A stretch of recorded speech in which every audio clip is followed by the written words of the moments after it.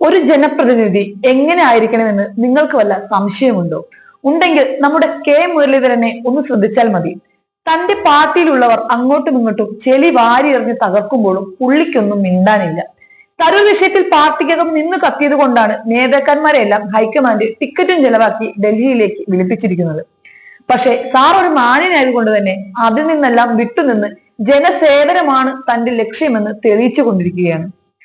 അങ്ങ് ഡൽഹിയിൽ എല്ലാവരും കൂടി കുടുംബ പ്രശ്നം പറഞ്ഞു തീർക്കാൻ പോയപ്പോൾ ഈ പാവം ഇവിടെ പൊരി വെയിലത്ത് നിന്ന് പാവങ്ങൾക്ക് വേണ്ടി ജീവിക്കുകയായിരുന്നു. സുഹൃത്തുക്കളെ, ജീവിക്കുകയായിരുന്നു. അതാണ് രാഷ്ട്രീയ പ്രവർത്തനം. അങ്ങനെ വേണം രാഷ്ട്രീയ പ്രവർത്തനം. എന്നാൽ ഹൈക്കമാൻഡ് വിളിച്ചത് ഇപ്പോഴല്ലേ? പക്ഷെ തനിക്ക് നേരത്തെ നിശ്ചയിച്ച പരിപാടി ഉണ്ടായിരുന്നു എന്നാണ് മുരളിച്ചേട്ടൻ മാധ്യമങ്ങളോട് പറയുന്നത്. മണൽ ഖനനത്തിനെതിരെ കെ പ്രേമചന്ദ്രൻ MP നയിക്കുന്ന സമരത്തിൽ പങ്കെടുക്കാമെന്ന് വാക്കു കൊടുത്തതിനാലാണ് മീറ്റിംഗിൽ പങ്കെടുക്കാതിരുന്നതെന്നും മുരളീധരൻ മാധ്യമങ്ങളോട് വിശദീകരിക്കുന്നു.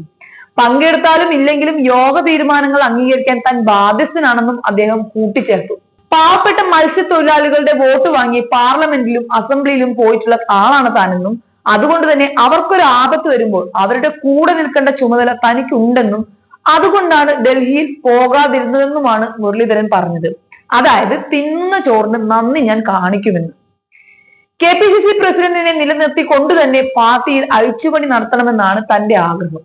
ഇനി അതല്ലാതെ എന്ത് തീരുമാനം ഹൈക്കമാൻഡ് എടുത്താലും അംഗീകരിക്കാൻ തനിക്ക് യാതൊരു മടിയുമില്ല. ഇപ്പോഴത്തെ പ്രസിഡന്റിന് നല്ല തണ്ടും തടിയും ഇലക്ഷന് നിർത്താനുള്ള ആരോഗ്യം ഉണ്ടായിരുന്നല്ലോ, പിന്നെ എന്തിനാണ് KPCC പ്രസിഡന്റ് ആവാൻ ആരോഗ്യമില്ലെന്ന് പറയുന്നതെന്നാണ് മുരളീധരന്റെ സംശയം.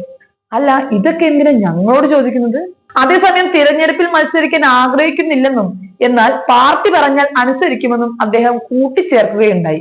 അങ്ങനെ പറ, ചുമ്മാതല്ല ഡൽഹിയിൽ പോവാതെ ജനസേവനം നടത്താൻ ഇറങ്ങിത്തിരിച്ചത്. അപ്പോ അണ്ണന്റെ മനസ്സിലും മുഖ്യമന്ത്രി കസേര തന്നെയാണല്ലേ? ഇപ്പോഴല്ലേ കാര്യം തിരിഞ്ഞത്? പുള്ളിക്ക് ഇലക്ഷനിൽ മത്സരിക്കണം. പഴയ പാർലമെന്റിലെയും അസംബ്ലിയിലെയും കാര്യം പറഞ്ഞ് അടുത്ത ഇലക്ഷനിലും ഈ പാവങ്ങളുടെ വോട്ട് കിട്ടണം. നേരായ വഴിയിലൂടെ പോയാൽ നടക്കില്ല എന്ന് പൂർണ്ണ ഉറപ്പുള്ളപ്പോൾ ഇങ്ങനെ ഒരു വളഞ്ഞ വഴി നോക്കുന്നതല്ലേ നല്ലത്? ജനങ്ങൾ നോക്കുമ്പോൾ വേറെ ആരില്ലെങ്കിലും മുരളീധരൻ ഉണ്ടെന്ന് സമാധാനിക്കും.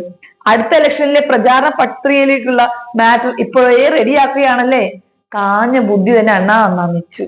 അല്ല, നിങ്ങളുടെ പാർട്ടിയിൽ മുഖ്യമന്ത്രി ആവാൻ താല്പര്യമില്ലാത്ത ആരെങ്കിലും ഉണ്ടോ?